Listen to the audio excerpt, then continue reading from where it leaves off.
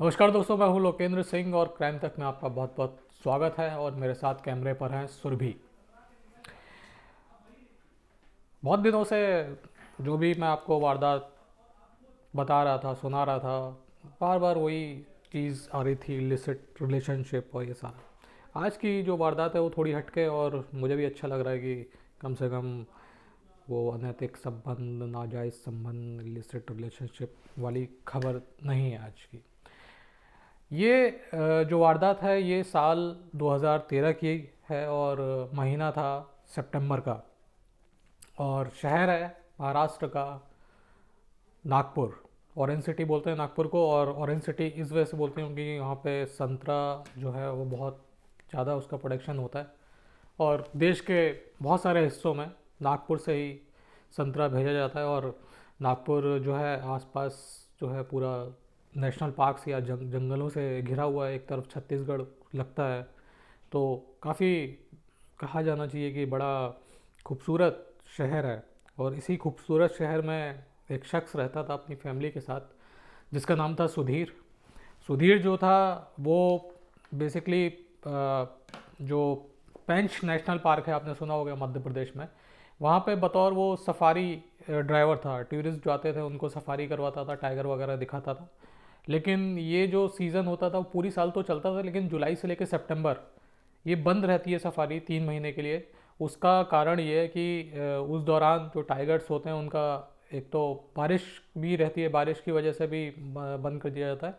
दूसरी बात, वो जो पीरियड होता है वो टाइगर्स का मीटिंग सीज़न होता है, तो उस दौरान इंटरफेरेंस ना हो उनकी प्राइवेट लाइफ में टाइगर्स की, तो पार्क्स जो है वो बंद कर दिए जाते हैं।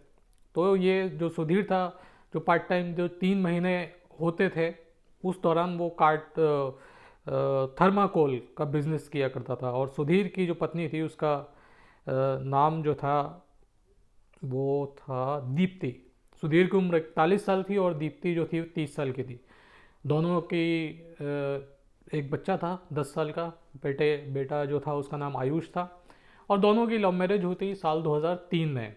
दोनों एक ही स्कूल में पढ़ते थे, एनसीसी साथ में करी थी, तो एनसीसी करने के दौरान ही दोनों का अफेयर हुआ। और उसके बाद फिर वो अफेयर जो था वो बढ़ता गया और आखिरकार 2003 में इन लोगों ने शादी कर ली। सब कुछ ठीक ठाक चल रहा था।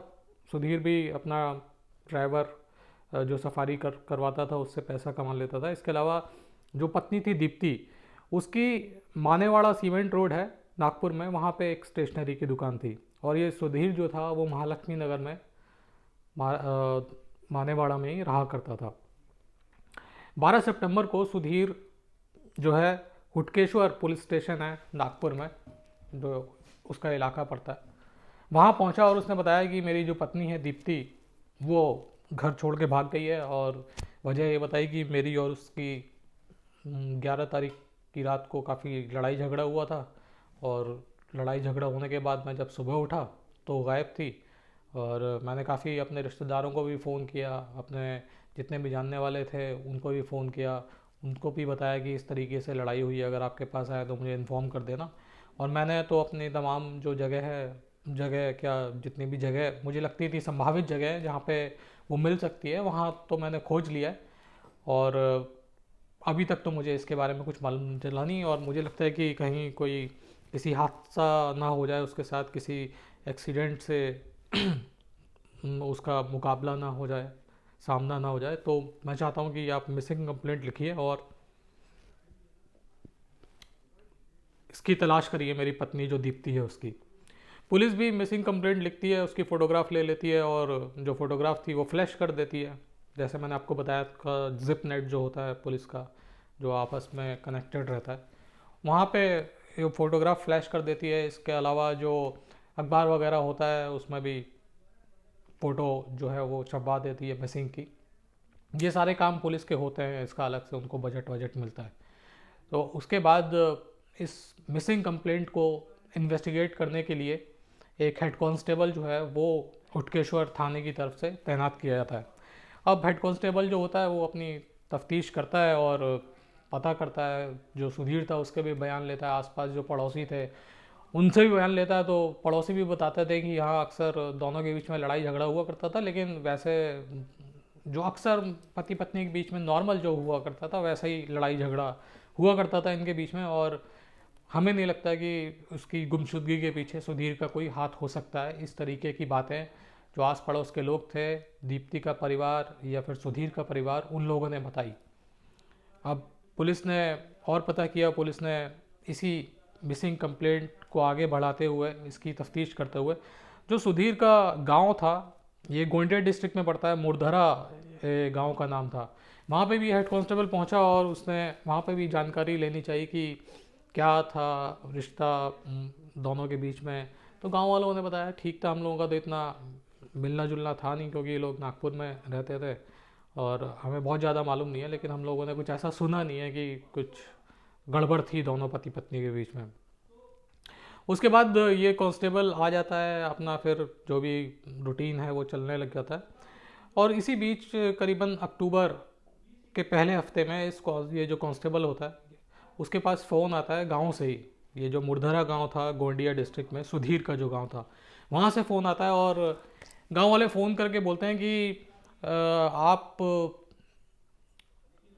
एक बार सुधीर से पूछताछ करिए और हमें लगता है कि ये जो गुमशुदगी है उसके पीछे दीप्ति की जो गुमशुदगी है उसके पीछे सुधीर का हाथ हो सकता है। अब जब कॉल आती है तो जाहिर सी बात है वो पूछता भी है कि क्या था। तो उसने बताया कि हमने अभी 24 सितंबर के बाद में, ये जो कांस्टेबल गया था, हेड कांस्टेबल जो गया था, वो 24 सितंबर से पहले ही गया था, लेकिन 24 सितंबर के बाद में हेड कांस्टेबल के पास ये कॉल आई। और वही जो गांव वाले थे उन्होंने बताया कि 24 सितंबर को सुधीर एक बार आया था गांव और उसकी कार जो थी वो फंस गई थी उसमें कीचड़ में। तो हम लोग जब उसकी कार को निकलवाने के लिए पहुंचे तो जैसे हम लोग कार के पास पहुंचे तो हमें बहुत ज़्यादा बदबू आ रही थी और हमें लग रहा है कि वो, हमने उससे पूछा तो वो अच्छी तरीके से जवाब नहीं दे पाया, तो हमें ऐसा लग रहा है कि आप एक बार उसको इंटरोगेट करिए तो शायद ये जो दीप्ति की गुमशुदगी की मामला है वो सुलझ सकता है।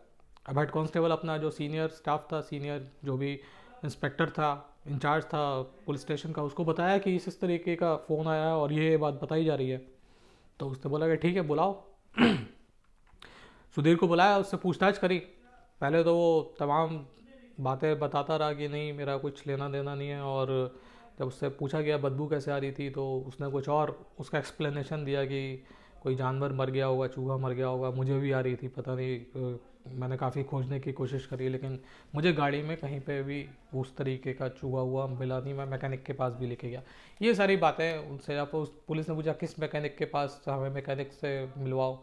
अब इतने सारे सवाल जवाब जब पुलिस करने लग गई और सुधीर जो था वो किसी सवाल का जवाब ही नहीं दे पा रहा था, तो आखिरकार जो पुलिस की इंटरोगेशन होती है, पहले सवालिया होती है फिर पुलिस वाले लगा भी देते हैं 3-4, तो जो सीधा साधा आदमी होता है वो बहुत ज़्यादा टिक नहीं पाता है इस तरीके की इंटरोगेशन के सामने। तो ये भी सीधा साधा ही था सुधीर, और उसने फिर कबूला कि हाँ जो दीप्ति है उसकी वाइफ, उसका कत्ल उसने किया और उसकी जो लाश है उसने गांव के पास में ही गोंडिया डिस्ट्रिक्ट में एक रिवर है वानगंगा, उसके अंदर इसने डिस्पोज ऑफ कर दी है। अब कत्ल, हर कोई जब वारदात होती है, हर कोई गुनाह होता है, उसका कोई मकसद भी होता है, तो जाहिर सी बात है इसका भी कोई मकसद होगा। तो मकसद के बारे में पूछा और पूरा सीक्वेंस ऑफ इवेंट पूछा कि भाई अब बताओ कैसे कैसे हुआ, कब हुआ, क्यों मारा, क्या वजह थी। तो अब इसने कहानी बताना शुरू करा और इसने बताया कि हम लोगों की शादी हुई थी, लव मैरिज, सब कुछ अच्छा खासा चल रहा था, घर परिवार और ये सारी चीज़ें चल रही थी। दीप्ति जो है वो दुकान संभाला करती थी स्टेशनरी की और मैं सफारी का ड्राइवर था। इसके अलावा 3 महीने में जो थर्माकोल है उसका काम किया करता था। उसने कहा कि दीप्ति जो थी थोड़ा मनी माइंडेड थी और वो ज़्यादातर मुझसे पैसे ही मांगती रहती थी कि मैं अगर सफारी से पैसे लेके आ रहा हूँ तब भी वो पैसे मांगती थी।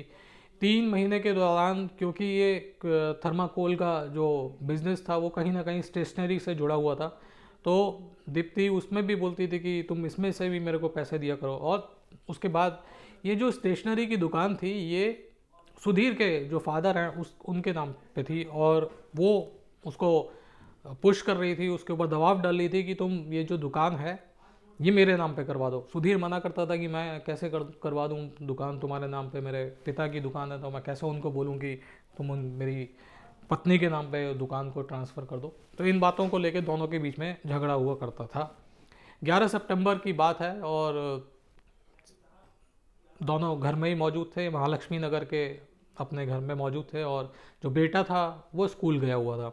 दोनों के बीच में फिर एक बार नोक-झोंक हुई, लड़ाई हुई, और इस बार जो सुधीर था उसका जो पारा था वो चढ़ गया और उसने अपनी पत्नी को मारना पीटना शुरू किया। और मारने पीटने के दौरान ही उसने उसका गला दबाना शुरू किया, लेकिन जब गला दबाने से वो नहीं मरी या उस पर असर नहीं हुआ तो उसने उसका सर दीवार में मार दिया। जब सर उसका दीवार में लगा तो इतनी तेज़ लगा कि लगभग उसकी मौत दीवार में सर लगने से ही हो गई। उसके बाद करीबन 3:30 बजे का ये वक्त था। बेटा स्कूल से वापस आने वाला था। अब उसको समझ में नहीं आ रहा था कि पत्नी की जो लाश है उसको कहाँ छिपाए, कहाँ निपटाए, कहाँ फेंके, उसको बिल्कुल समझ में नहीं आ रहा था। तो उसने तुरंत क्या किया कि जो घर की किचन थी उसमें वो लाश उसने ले जाके छोड़ दी और बाहर से ताला लगा दिया, और खुद गेट पे ही आ गया। और उसने बताया कि जो माँ है वो कहीं बाहर चले गई है तो खाना वाना बनानी है, चलो हम खाना जो है वो बाहर खाएंगे। उसके बाद वो अपना जो बेटा था आयुष, उसके कपड़े वगैरह बदलवाए उसके अंदर ले जाके, और उसके बाद फिर वो लेके गया उसे, और शाम क्या रात का भी खाना उसने बाहर खाया। और फिर रात को ये लोग, बेटा जो है आयुष और पिता सुधीर, वापस अपने घर पर आ गए। और घर पर आने के बाद जो बेटा था उसको सुला दिया, उसको नींद आ गई। रात के 1:30 बजे ये जो सुधीर था ये उठा, और उसके बाद इसने ये जो लाश थी उसको वहीं पे किचन के अंदर ही, क्योंकि ये काट कार्डबोर्ड कह रहा, थर्माकोल जो है काटने का काम करता था, तो उसके पास बड़े बड़े चाकू थे। तो इसने लाश के 60 टुकड़े किए, और जो थर्माकोल प्लस जो पॉलीथीन के वो थे, पॉलीथीन्स थी, बड़े पॉलीथीन्स, उनमें ये 60 टुकड़े जो थे वो पैक किए। 12 तारीख को इसने अपने ये जो लाश के टुकड़े थे एक बैग में भरे, और उसके बाद ये अपने बेटे को इसने स्कूटी पे बिठाया।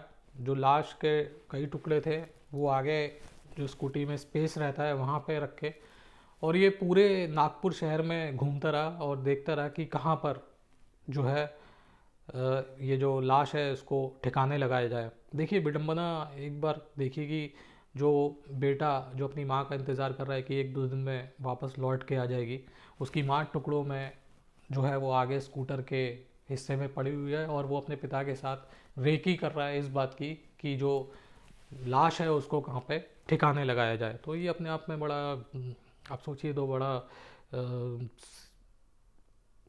सिहराने वाला या फिर बहुत ही इमोशनल टाइप का वो है दृश्य, अगर आप इमेजिन करें इन सारी चीज़ों को। तो इसने काफ़ी जब ढूंढा इसको, ऐसा कोई ठिकाना नहीं मिल रहा था, तो इसने जो लाश थी उसको डिस्पोज ऑफ करने का नागपुर में जो प्लान था वो उसने कैंसिल कर दिया, और ये वापस इसने लाश जैसे तैसे अपने घर के ही एक कोने में जो किचन थी उसमें फिर इसने दोबारा वो जो लाश थी वो बंद कर दी। और लाश को बंद करने के बाद ये 14 सितंबर को, हाँ 14 सितंबर को ये,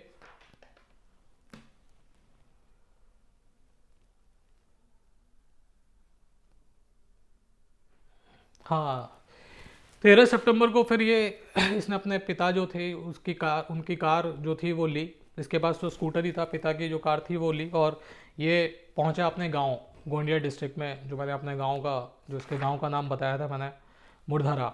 वहाँ पहुंचा और इसने वहाँ पे लेबर बुलाई, और लेबर को बुला के बोला कि खेत में ज़रा गड्ढा कर दो 2, क्योंकि मुझे यहाँ पे पौधे लगाने हैं। तो वहाँ पे इसने 2 गड्ढे खुदवाए, और जो लाश थी उसको फेंक के उस गड्ढे में दबा कर ये वापस आ गया। और 14 सितंबर को ये दोबारा थाने चला गया, और थाने में जाके इसने रिपोर्ट लिखवाई अपनी पत्नी की मिसिंग की। उसके बाद सब कुछ ठीक ठाक चल रहा था, पुलिस इन्वेस्टिगेट कर रही थी मिसिंग की, और इसको लग रहा था कि मामला जो है आया गया हो जाएगा। लेकिन पता नहीं इसको बड़ी बेचैनी सी हो रही थी सुधीर को।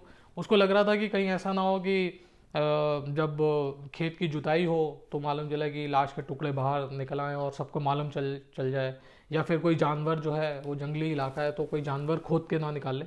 तो ये सारी जो थॉट्स थे, ये सारी जो चीज़ें थी, उसको बहुत बेचैन कर रही थी और उसको लग रहा था कि इस लाश को दोबारा से निकाल के कहीं पे फेंक दिया जाए ताकि नदी वदी में निपटाया जाए, ताकि कोई चांस ही ना हो मिलने का। तो 24 सितंबर को ये एक बार फिर वहाँ पहुँचा जहाँ पे इसने लाश गाड़ी थी, और वहाँ पे इसने इस बार तो किसी को नहीं बुलाया, खुद ही जो गड्ढे थे उनको खोदा। और काफ़ी, क्योंकि करीबन 13-14 दिन ये पुरानी ये लाश हो गई थी, और लाश में से बहुत ज़्यादा सड़ रही थी, डिकम्पोज हो रही थी, इतनी ज़्यादा बदबू आ रही थी कि बड़ी मुश्किल से इसने जो लाश थी उसको निकाला। और निकालने के बाद उसके बाद इसने फिर दोबारा से इसको नए जो पैकिंग्स थी उनमें पैक किया, और पैक करने के बाद जो गाड़ी थी वहाँ पे उसने गाड़ी के अंदर डाला।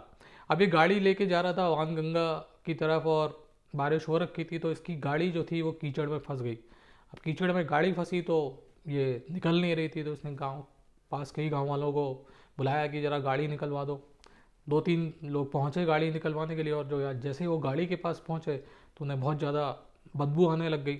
इसके पहले एक बार जो वो जो थाना का हेड कांस्टेबल था, हुटकेश्वर थाने का, वो गांव का दौरा कर ही चुका था कि इस तरीके से सुधीर की जो पत्नी है वो गायब हो गई है, और गांव में आए तो हमें सूचित करना, या फिर आसपास कहीं दिखे या उसके मायके से कुछ आप लोगों को पता चले। लेकिन जब ये 24 सितंबर को वापस लौट के आया और कार में से बदबू आई, तो इस बार इनको लगा गांव वालों का कि कहीं ना कहीं कोई कनेक्शन हो सकता है कि पत्नी जो गायब हुई है तो कहीं सुधीर नहीं तो गायब नहीं किया, सुधीर की गाड़ी में से जो बदबू आ रही है वो कहीं उसकी पत्नी की लाश तो नहीं है। तो एक तरीके से गांव वालों ने बड़ी जागरूकता दिखाई, और उन्होंने काफ़ी सोचा समझा, और तुरंत पुलिस जो थी उसको कॉल किया।